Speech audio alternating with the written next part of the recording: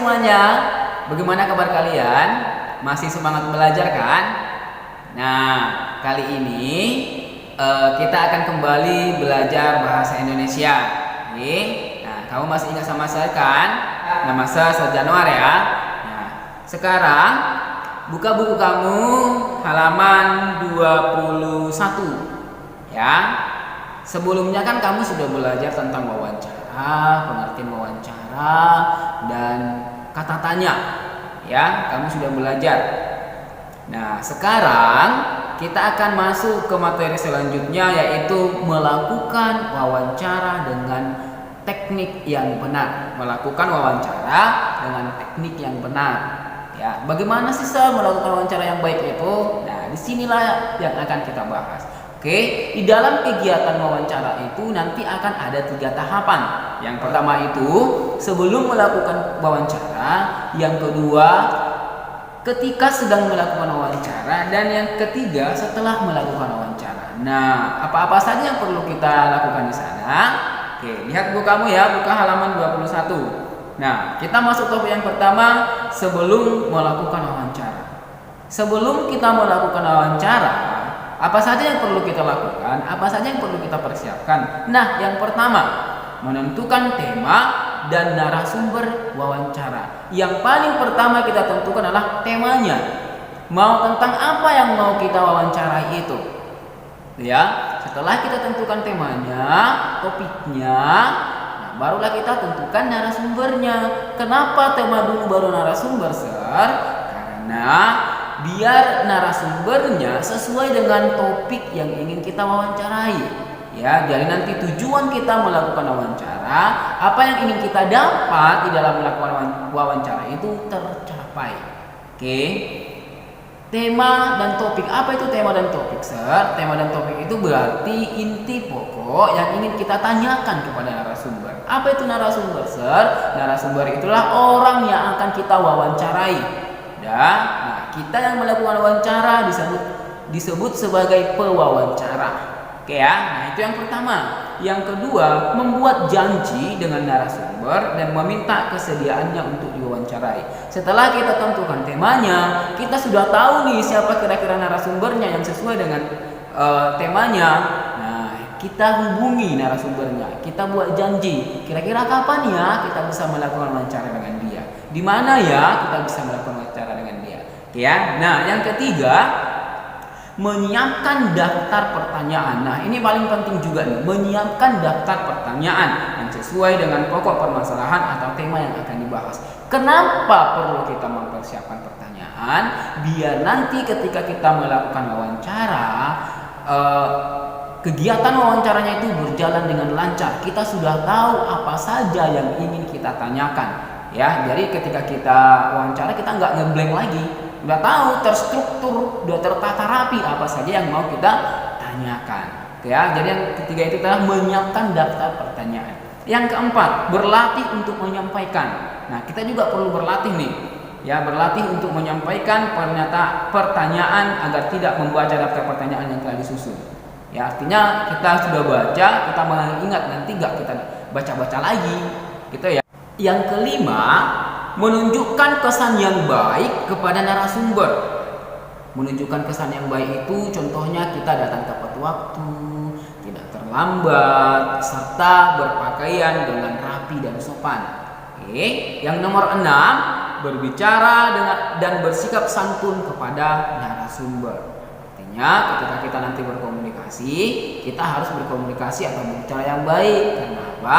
Karena kitalah yang membutuhkan informasi dari si narasumber. Nah, ya, itu yang perlu kita persiapkan sebelum melakukan wawancara. Nah, selanjutnya yang kedua di sini, apa saja yang perlu kita persiapkan ketika sedang melakukan wawancara.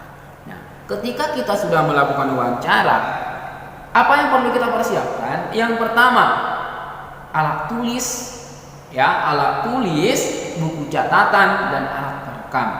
Alat tulis dan buku catatan itu nanti sebagai alat kita untuk apa? Mencatat poin-poin inti yang disampaikan oleh si pembicara atau si narasumber dari hasil wawancara kita itu.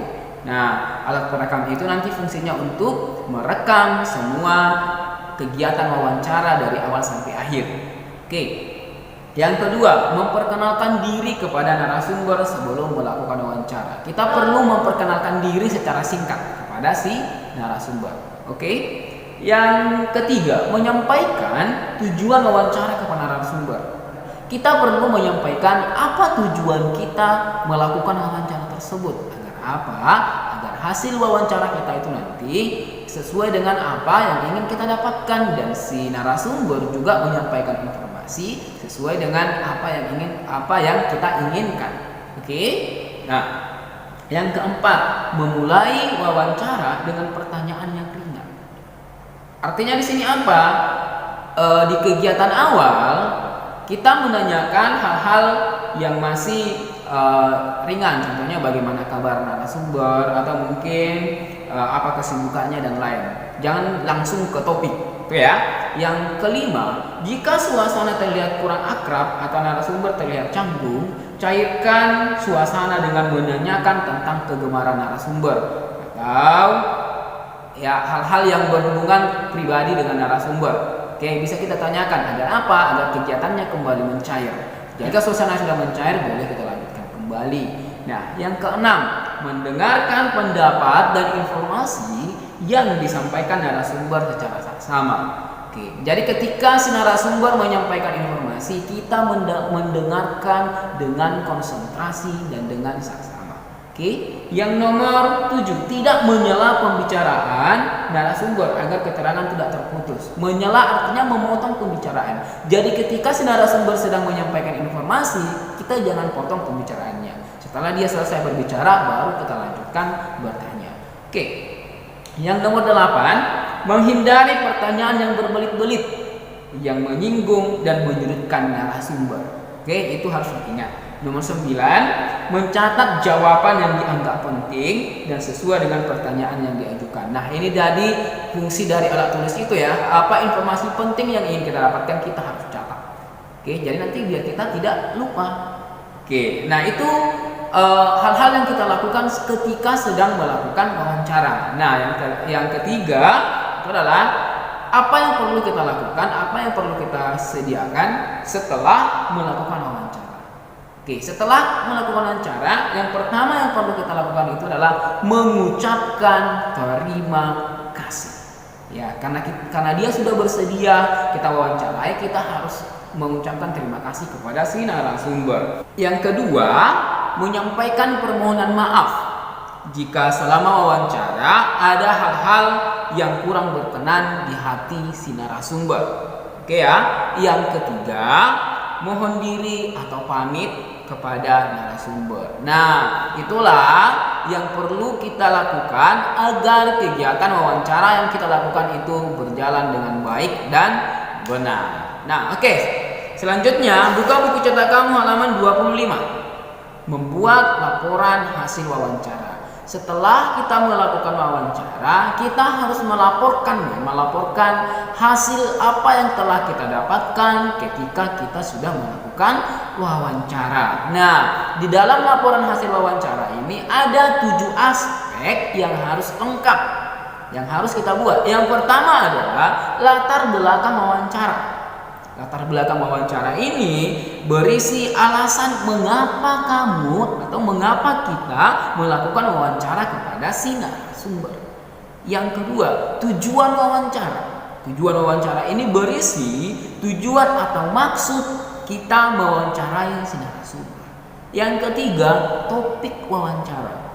Bagian ini berisi tema atau topik wawancara yang akan kita lakukan atau apa yang ingin kita tanyakan kepada si narasumber.